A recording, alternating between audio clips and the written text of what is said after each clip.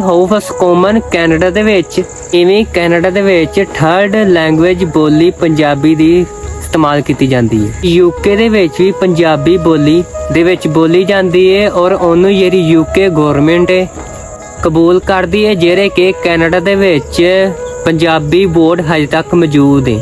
Fact number 3, Punjabi ਬੋਲੀ ਦੇ ਬਾਰੇ ਬਹੁਤ ਹੀ ਖੂਬਸੂਰਤ ਗੱਲ ਤੇ ਬਹੁਤ ਹੀ ਇੰਟਰਸਟਿੰਗ ਗੱਲ ਇਹ ਪਾਈ ਜਾਂਦੀ ਹੈ। ਅਸੀਂ ਸਾਰੇ ਮਹਿਸੂਸ ਨਹੀਂ ਕਰਦੇ, ਲੇਕਿਨ ਬੜੀ ਹੀ ਇੰਟਰਸਟਿੰਗ ਗੱਲ ਹੈ। ਤੇ ਪੰਜਾਬੀ ਬੋਲੀ ਇੱਕ ਟੋਨਲ ਲੈਂਗੁਏਜ ਹੈ। ਲੈਕਸੀਕਲ ਟੋਨ ਇਹਦੇ ਵਿੱਚ ਇਸਤੇਮਾਲ ਹੁੰਦੀ ਹੈ। ਇਹਦਾ ਕੀ ਮਤਲਬ ਹੈ? ਇਹਦਾ ਮਤਲਬ ਇਹ ਵੇ ਕਿ ਪੰਜਾਬੀ ਬੋਲੀ ਦੇ ਅੱਖਰਾਂ ਨੂੰ, ਉਹਦੇ ਸ਼ਬਦਾਂ ਨੂੰ, ਉਹਦੇ ਲਫ਼ਜ਼ਾਂ ਨੂੰ ਉਹਨੂੰ ਥੋੜਾ ਡਿਫਰੈਂਟ ਤਰੀਕੇ ਨਾਲ ਬੋਲਿਆ ਜਾਵੇ ਤਾਂ ਉਹਦੀ ਇੰਟੋਨੇਸ਼ਨ ਅੱਗੇ ਪਿੱਛੇ ਕੀਤੀ ਜਾਵੇ ਤੇ ਉਹ ਲਫ਼ਜ਼ ਦਾ ਮਤਲਬ ਬਿਲਕੁਲ ਬਦਲ ਜਾਂਦਾ ਹੈ। ਤੇ ਇਹਦੀ ਮੈਂ ਮਿਸਾਲ ਇੱਕ ਬਹੁਤ ਹੀ ਖੂਬਸੂਰਤ ਲਫ਼ਜ਼ ਨਾਲ ਦਿਆਂਗਾ। ਹੋਰਸ